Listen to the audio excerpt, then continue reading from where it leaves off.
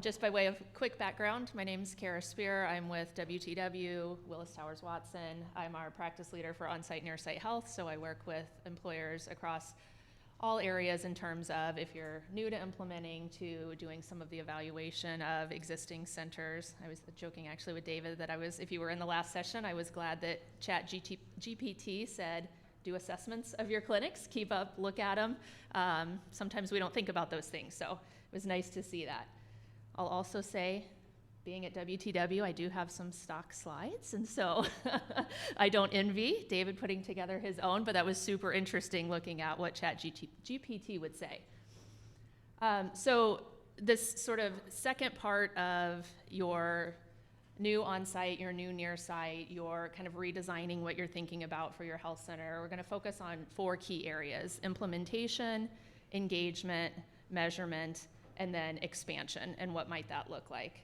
So, a couple of things I would say just to start around implementation.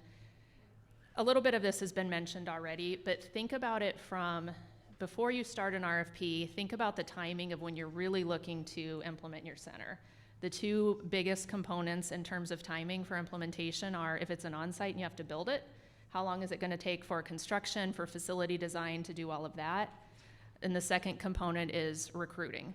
Now that is typically, in particular, if you're working with a health center manager, they are the vendor who's looking for that, but some folks might have 90, even 120-day out clauses in their current contracts where they're working, and so that can add some time.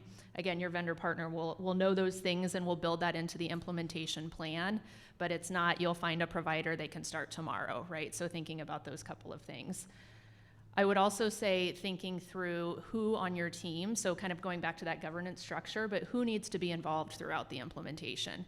Is it benefits? Of course, they're going to be involved. If there's an occupational health component, who from employee health services, who from safety needs to be there? Legal, we had some legal and compliance commentary in the last session as well. What about communications, IT? So planning for those resources. Some of them don't have to be there every implementation call, but knowing who those folks will be and who those stakeholders are. I think one of the other big things, and again, this has come up, I think a couple of times in the survey we saw earlier, but also as we think about what are our objectives or why are we even doing this in the first place. And this is just a list of some of the common goals or objectives that we hear from employers that we work with of why are we even thinking about an on-site or near-site. And when you get to the implementation phase, we want to continue to think about these things, revisit these, keep these top of mind to make sure that the decisions you're making throughout your implementation are, why you started doing this in the first place. These can also help you as you're thinking about how are we going to measure if this is successful in the future. So we won't read through all of them, but a couple of them that I think are certainly important to highlight. Improving access to care. This is something that we hear a lot. This is really why we're doing this. You can get in same day, next day. You're not waiting in the waiting room forever. So think about some of those kind of key delivery point or delivery model components, like what are the hours of operation? I think David mentioned this as well. In the beginning, when you first open your health center, your vendor partner should have a very close eye on what are the trends we're seeing. Are there particular days of the week that people aren't using the center? Are there particular times of day? Are we covering all shifts? So if your point is to improve the access, which oftentimes that is, again, a very key consideration here, let's make sure that we're making it easily accessible through simple things like what are those hours of operation? Saving money, looking at trend, looking at savings. We'll talk a little bit about kind of ROI methodologies. I think there's more sessions coming up on this as well. How do we get to an ROI? It's getting people in the door. So we can have the best model, but if we're not getting the utilization, we're not going to get to that ROI. And so really thinking about what are some of those engagement techniques that we want to use, and we'll talk a little bit about those today as well. Improving health outcomes. Are there particular components within your population? Is it high MSK spend? Do we need to look at physical therapy? Do we need to look at a space within the health center if you already have a digital MSK vendor where folks can come and they can do their exercises during the day while they're on site versus having to try to find a place to do it or remember to do it when they're at home? What are you seeing in your broader population health data that can help you think about what are the right services that we would want to offer? I think going back to the component of how do we decide what are those services, right? Is that a questionnaire? Is that kind of talking to the employees? It's also looking at your data. incorporating existing services. So you might be doing on-site flu shot events, on-site biometric events. Can those be moved into the center? And it doesn't have to be a big event that they do, but knowing that there is the ability to do those types of things within a health center as well. Affordability is a big one here too. So if we think about, depending on the type of health plan, we talked about fair market value a few different times today, right? If you have an HSA plan, you need to be charging fair market value. But when we think about that, what is that cost? And be clear and communicate to your employees that it is still less than what it would be in the community. So that $40 charge or whatever that might be might feel like a lot compared to maybe other plans where it's $10, or maybe you're not charging at all. We, back when HSAs were sort of becoming a little bit more popular and a little bit more common, we had a client who, through an acquisition, they had 2 health centers in 2 locations with 2 different vendors. And one of the vendor partners, when they implemented an HSA, they had to go from $0 to, I think they were charging 25 or 30 at the time with the HSA. One of the vendor partners did a great job of showcasing, this is what you would pay in the community, this is what you're paying here. The other didn't really do that. They just started charging, talking about what the fee would be. They both saw a bit of a dip in utilization, but the one who really communicated the difference didn't see a dip for as long and saw it start to increase over time as well. The employment value proposition component of this is real as well. So if we think about recruitment, we think about retention, how can we make this appealing? It's the access, it's all of those comprehensive care. We like the providers, all of those things, but lean on that and talk about the recruitment and retention component. We have some clients now who in the recruiting process or the interview process are including this in when they're talking to prospective interviewees. Hey, we have this health center. This is a nice benefit that you can have as well. And then serving as the primary care delivery model. So we've continued to see primary care become more popular. If you're an organization that's saying, if you don't feel well, don't come to work today, of course that depends on what type of organization you are. That's taking away some of those just simply acute care types of clinics. What are the other services that you're offering that will get people there? Many have also gone to now expanding into primary care as well. I think the other part that I'd want to mention around implementation is really this integration with all of the vendor partners. So we also do some surveys. This one's a couple of years old, but we see this year over year when we do this survey. We ask the question, how does your health center integrate with your other vendor partners? And if you look all the way over to your right, the opportunity for better integration, regardless of what the type of solution is, more than 60% are saying there's an opportunity for better integration. So is that through data sharing? Things that should, of course, happen are the providers need to know what those benefits are that are available. I have one client who, on a monthly basis, they bring all of their vendor partners together on a call. Seems very simple, but what they do is that gives the client the opportunity to talk about what are some updates within their organization, but it also gives the vendors an opportunity to say, hey, here's an update, or introduce a new vendor partner. They've also used this in ways to say, what are things that we're seeing within our population that maybe others are seeing as well? So if we use the health center as an example, we're seeing a lot of no-shows lately that we haven't been seeing. What might be going on? Maybe there's a lot of stress within the organization. Maybe we need to think about, should we be promoting EAP more? But hearing all of those voices and how you can better work together. We've talked a lot about technology, but there's also that human component and talking through what are we kind of seeing in this population to be able to better work together. I have another client who they were seeing lower utilization than they wanted to see in some of these other programs, and so within their health center, they have a huge, very comprehensive health center. They put QR codes to their other vendor partners. So basically, you're in there, you're having a provider visit, you're newly diagnosed with diabetes, and your provider says, hey, we have this great diabetes program, or your company offers this, did you know this? Sounds great while you're in the exam room. You walk away, life happens, right? You forget to go enroll. If all you have to do is scan that QR code, you've taken that first step, you've enrolled, and now you're starting that participation. And so, health centers are just such a good environment and a strong environment where we should be able to have those types of referrals, have that type of integration, and expect your vendor partner to report back on that as well. So it's not just about making those referrals, but where are you making those referrals, and show us that these referrals are happening.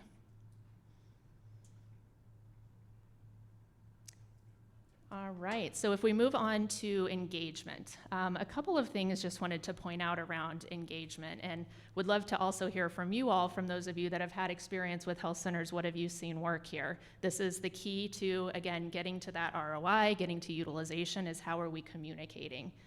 I think the first starts with really putting it in that convenient place. I think David, again, talked about, we've had people for 10 years, they forgot there's a health center. They said they didn't know. They walk by it every day, but they forgot that there's a health center. So how do we ensure that it's in a convenient location? If you're offering for dependents, making sure that there are parking spots, making sure there's signage, that it's not, behind security, if you can make that happen within an on-site. In an implementation period, you're going to have pre-launch communications, you're going to have launch communications, you're going to have communications for ongoing, and those all might look a little bit different. But a couple of, I think, key components to be thinking about is make sure you use the channels that work for everything else. If that's your intranet, if that is email, if it's some other way, if it's posters, if it's video boards, use those things that work for the health center. Showcase those broad scopes of services. So if you have on-site behavioral health or you have on-site PT, that might be somebody's first entrance into the health center. They go, they have a good experience, and now they start to use the center for other types of services as well. We also, would recommend that you're really looking at if there is an underutilized service. I have a client who is offering peds, and they have this wonderful pediatrician on site. They're maybe booked at 30% or so of their capacity. How do we make sure that people realize and know if you have an underutilized service, do a splash communication about that particular service only, and really kind of try to gain that momentum. I think there's always a concern of over communication as well, right? Are we getting to the point where we're communicating so much across all the different solutions that we have that people just aren't hearing this anymore? And so one thing we're starting to see is vendor partners in different spaces partnering together for one communication. So I'll use the diabetes example again. It might be the health center and it might be your diabetes point solution. In November, it's Diabetes Awareness Month. So let's do a promotion or let's do a campaign that comes from both, and you then don't have two separate communications that again are starting to make it to where people aren't listening, they aren't seeing these communications if you're over communicating. Targeted outreach, we've talked a little bit about this as well. This is getting that claims data in, looking at those high-risk folks, looking at folks that have gaps in care. I have a client who this again is a large health center where they have someone who is truly focused only on that coordination of care with the health plan. So they're actually getting data feeds in to see who are the frequent ER users, who has recently had an inpatient admission. And they're doing outreach to those folks. If they are health center users already, they have an established provider at the health center and saying, hey, I saw that you had this ER visit. If they've done it 2-3 times in a row where they really weren't non-emergent, come see us at the health center. Kind of invite them back in.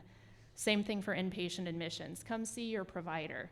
We saw you were in the hospital.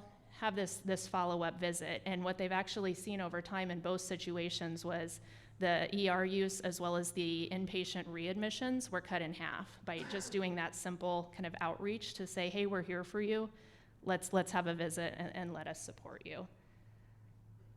I think in health centers or really in any type of population health type of solution as well, we want to think about using behavioral economics in our communication. One of those is testimonials. People like to hear things around, people that are like them, experiences that are like them. So look for, a diverse set of experiences with different concerns and use those testimonials.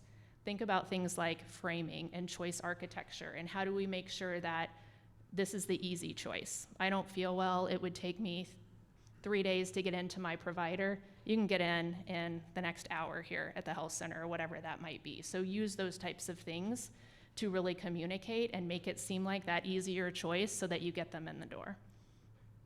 Yeah.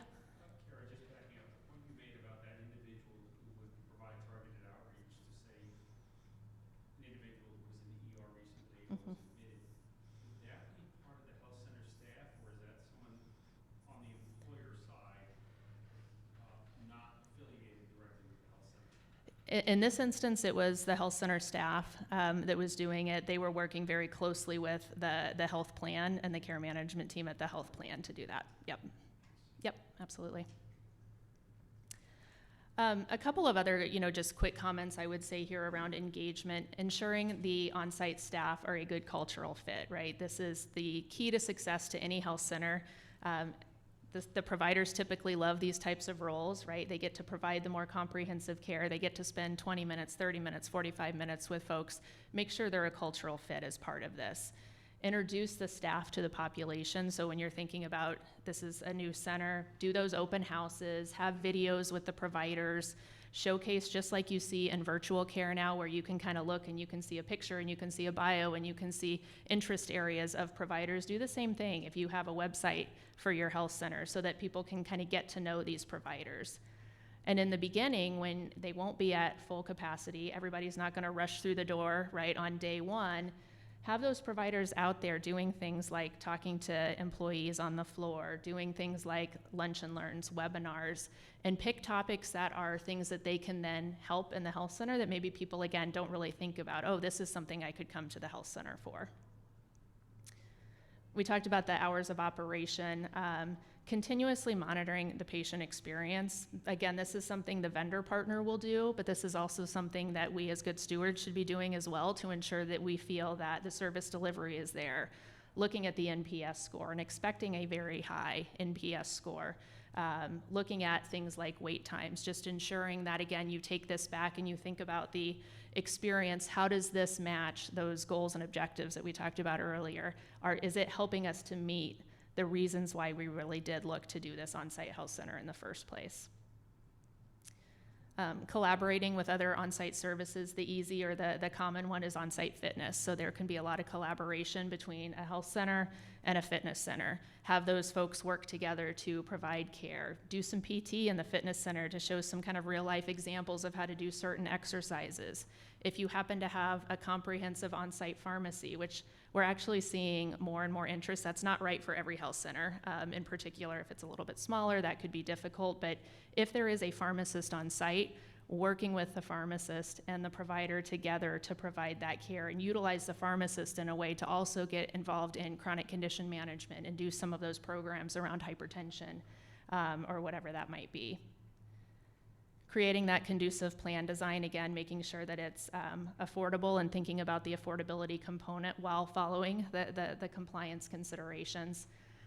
And then we've talked a little bit today in different sessions around employee listening, but consider doing these focus groups. Understand why people aren't using the center or why are people using the center. It could be awareness. It could be I didn't think I could come here for this. It could be I'm not covered under the health plan, so I didn't think I was eligible, but maybe in your situation they are eligible to use the center. So really kind of taking that time to step back and listen.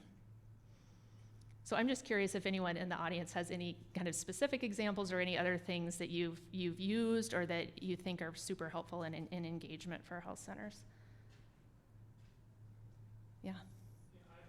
We have our integrated wellness center, and I have the medical, we have psychiatries, we have health coaching, we have physical therapy. We added chiropractors, and you talk about somebody that will get traction and get volume with additional chiropractors, which work great in a cooperative, collaborative relationship with all the rest of the medical practitioners. You have to hire the right chiropractors. Yeah. They can do wonderful things. That's great. I once heard an employer say, I think it was chiro and acupuncture, and they lumped physical therapy in there as well, even though they'd been doing that for a while. A lot of times we start with low FTE counts in that, but they become so popular that they ramp up, to your point, very quickly. Yeah. Especially new clinics, when you hit it right off with complete physical exams or biometrics, then you have your target audience, especially if you are new to the clinic and you don't have a lot of data. For example, one of our clients acquired a large dealership in Yuma, Arizona, and there's really nothing in Yuma, Arizona. And there were like 350 lives they were acquiring because there's no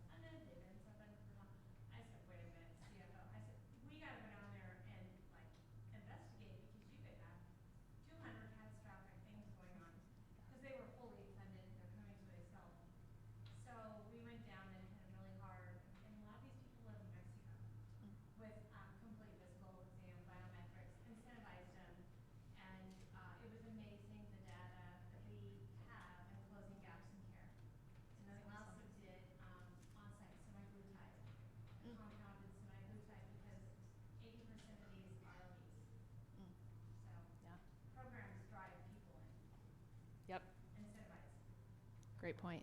Thank you. All right.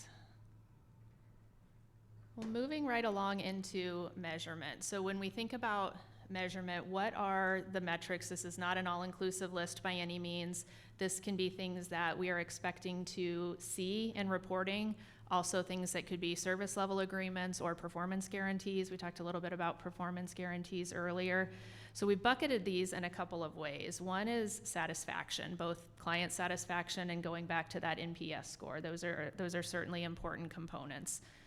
The operational metrics, and this might look different in year 1 of the health center versus years 2 and 3. We would always say when you're signing a contract and looking at PGs, make sure that you're very clear that you can renegotiate PGs on an annual basis, because what might be important this year might look very different next year. And so ensure that you can kind of look at those PGs on a regular basis. But provider capacity, again, if our providers aren't seeing patients, what are we doing here, right? We want to ensure that over time, they are building that up and they are spending the majority of their time with patients. That's also an important metric to know, when do we need to potentially hire someone else and build the staff further because they're getting at capacity and it's starting to hurt our wait times. Budget adherence and those kind of cost plus models, ensuring that the budget isn't going, say, 3-5% over what the budget looked like. Now, if you're hiring new staff, that's a different deal, but being able to do that budgeting ahead of time and ensuring that you're sticking with that budget. Utilization, looking at different segments of the population. So if you do offer dependent access, look at employees, look at dependents separately. We would expect dependents are going to be lower. That's just the nature of it. They're not right there on site. But are we seeing any trends? And are we seeing trends with adult dependents versus children, if children do have access?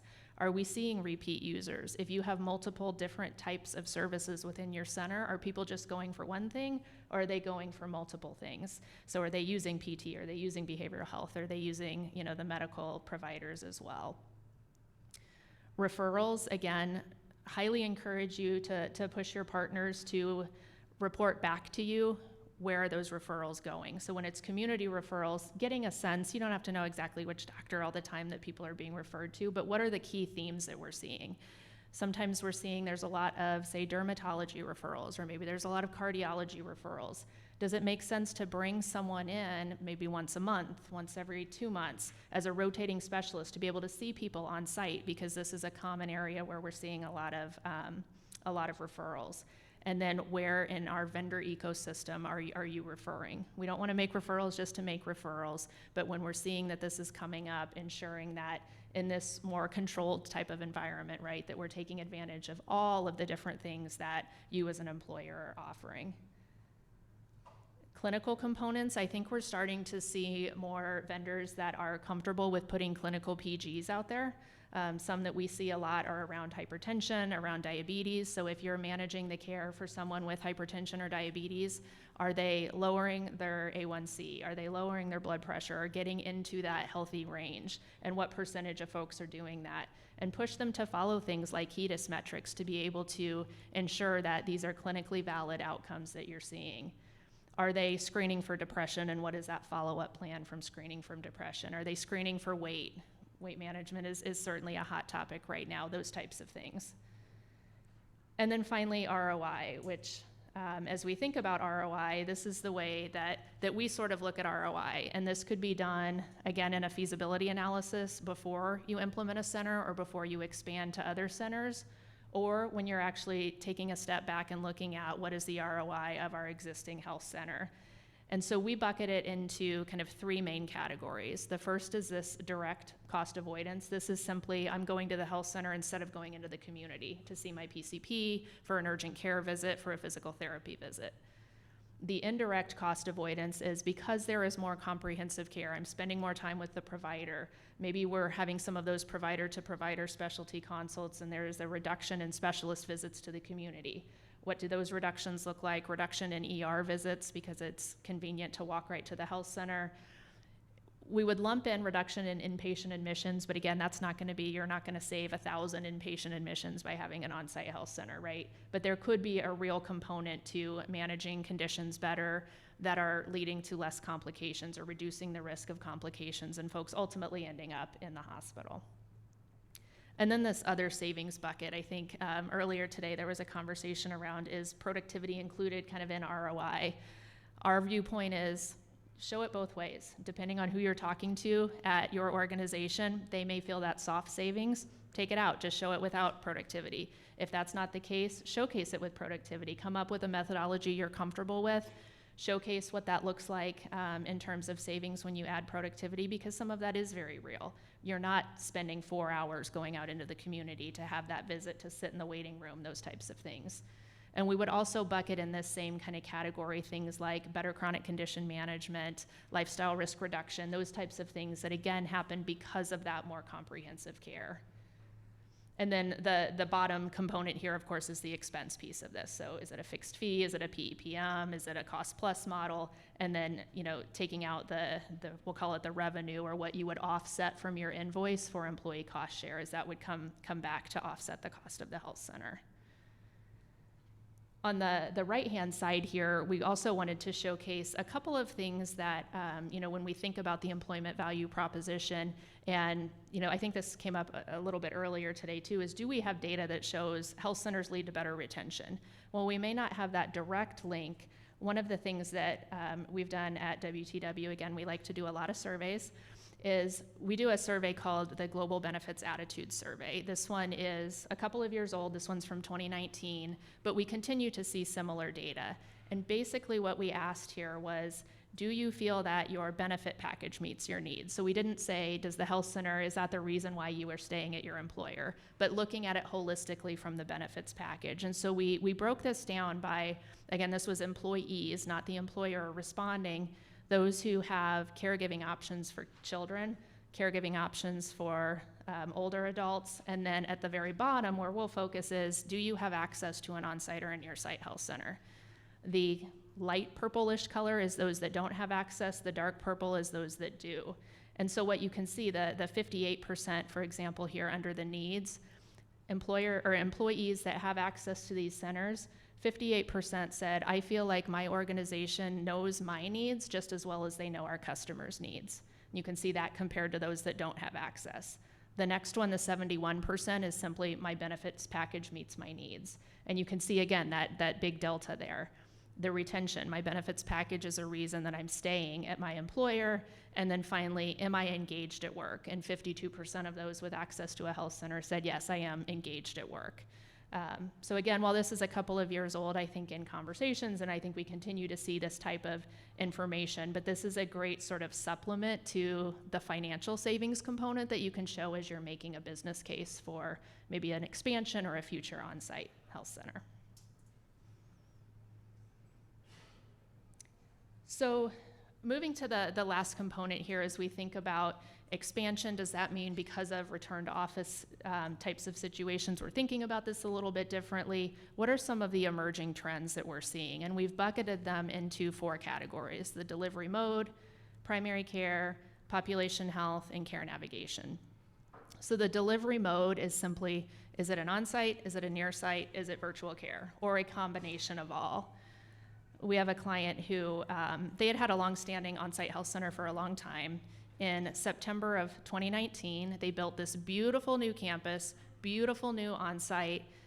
6 months later, nobody was coming into the office, right? It was March 2020. And so what do? They gave it some time, just as many employers. They went through a lot of iterations of what does return to office look like? Are we gonna mandate that you come in 2 days a week? Are we gonna say come in once a month? What's that gonna look like? Ultimately, what they decided to do was, where they have that health center, which they had on-site PT, they had on-site behavioral health, they no longer have those because people aren't coming in multiple times. So if you're not coming in multiple times a week, are they going to have on-site PT? They moved to a digital MSK vendor to kind of take care of that, but to also help offer that across the entire population.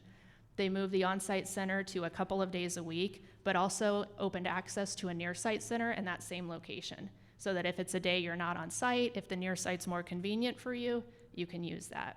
They also expanded into another location in a different state where they had a decent number of folks in that state. So they now have a part-time on-site, they have 2 near sites, and then they also expanded into virtual primary care for everyone else. So they sort of moved forward with all of the different components, but they looked at ways for things that they had historically done on site, Are there ways we can do this digitally? They also implemented one of the EAP disruptors to do more of the virtual behavioral health. So kind of thinking through, when we think about health center strategy, a lot of times we think about health center strategy, right? How do we expand it to some of these other areas and think about the full population, or how we can reallocate some of these types of resources? Primary care, again, we're seeing more comprehensive services on site. One thing we're starting to see, and I think this was covered a little bit or touched on in the behavioral health panel, is more of this kind of collaborative care model. So maybe you don't have a psychiatrist on site. That's not a super common thing to have in an on-site health center, right? But maybe there's one who comes in a couple of hours a week, or who is working with your providers to do some of that co-management of folks with chronic conditions and comorbid behavioral health concerns. They can really help with things like, I'm starting this person on an anxiety or depression medication for the first time. Where do I want to start? Versus a lot of maybe trial and error. So thinking about this kind of collaborative care model, and how do we ensure that even when there are folks on site like behavioral health professionals, licensed clinical social workers, whoever that might be, co-managing some of these folks and doing kind of rounds for those types of things. We're also seeing more of this kind of provider to provider second opinion. I think I might have mentioned this a little bit earlier today, but there's real value in this, to be able to connect with someone so quickly to ensure that you're on the right track. It's helpful for the member. They're not having to then, some of them again will have to go out to a specialist, others may not.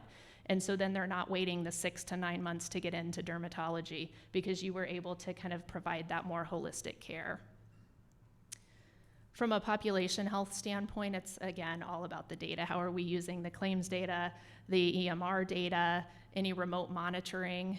We've talked about continuous glucose monitors, which are fantastic for folks that it's helpful for with their diabetes. Get that in the hands of the provider, so they can really see, how do my nutrition habits, how does my physical activity, my stress level, my medication impact my blood glucose? It's a great tool for the member. It's also a great tool for the provider as well. And then care navigation. This could be someone who is on site who's doing some of this. It could be a virtual, like, 0.2 FTE. You don't need necessarily a full-time FTE always to do this, but this is beyond just where are we referring, is it high quality, cost-effective care? Are we also doing some of that hand-holding and providing more of a concierge type of a service for them? Are we helping to understand, how quickly can you get in with this provider? Can we make that appointment for you? And then ensuring that there is that coordination of care after that visit. And then finally, to wrap up, is the virtual component, right? Again, when we think about virtual, we think about it in 3 buckets. You need to have virtual access within your health center during health center operating hours. I should be able to, if I'm on site, go see my provider. If I'm not feeling well that day, I should be able to connect to them virtually and have that choice. The middle bucket here is kind of some of the virtual specialties, and I think we're going to continue to see this grow. So there are things like virtual pharmacy. That might be a consultation with a pharmacist once you're given a new medication. We've seen it certainly in physical therapy, behavioral health. That's very common now. Use it for coaching, use it for a lot of different things. And then what does that 24/7 kind of access to care look like when you're not during health center hours? What is the after hours care? And then how do we want to think about this for the population? We haven't spent a ton of time talking about occupational health through this, but also thinking about in areas where maybe you need that 24/7 OC health triage. How do we want to look to do that going forward? And so on the right are just a couple of questions to consider as you're really thinking through what that ultimate virtual model looks like. One is always the kind of evaluation. What do we have current state? Where might we have gaps in what we're offering? What's our goal here? Are we looking to complement, or are we looking to maybe consolidate in some of these areas? And then who's our eligible population? Are we just focused on the health center, or are we also, again, focused on the broader population? And we're continuing to see more and more interest, at least talk of it, and thinking about how can we do this for everyone or for a broader component of our population versus just those that might live close to the health center. So with that said, I'll open it up. Just any comments, questions. Would love, again, to hear from you all of any other lessons learned that you would want to share with the group too. Yeah. Some questions more focused on putting out an RFP timeline, then once awarded, how long to open. Yeah, so what's the typical timeline for that implementation? Yeah. Once we put it out, how Yep. We give them 6 months or what? Yep. What should we talk? Yeah, so typically what we would recommend is when you have an RFP process, think about it from like 12 to 16 weeks total. So you're thinking through who are the vendors you want to include. We would recommend giving the vendors at least 3 weeks to respond to the RFP, depending on how comprehensive it is. And then give yourself, or if you're working with a consultant partner, time to do that analysis. And then you need to have a little bit of time to prep the vendors that make it to finalist, and then have those finalist meetings. And then have some time for that contract negotiation, right? So typically the estimated timeline we would say is 12 to 16 weeks. And then from there, once you have signed the contract and you're implementing, we usually see 120, sometimes up to 180 days for the actual implementation. Again, that's not thinking about build out, because that could be a whole different ballgame, right? If you have to do some build out. We're already building stuff. Awesome. Okay, thank you. Yeah. Yeah, Bruce. Kara, on the slide where you had various metrics around performance, Mm-hmm.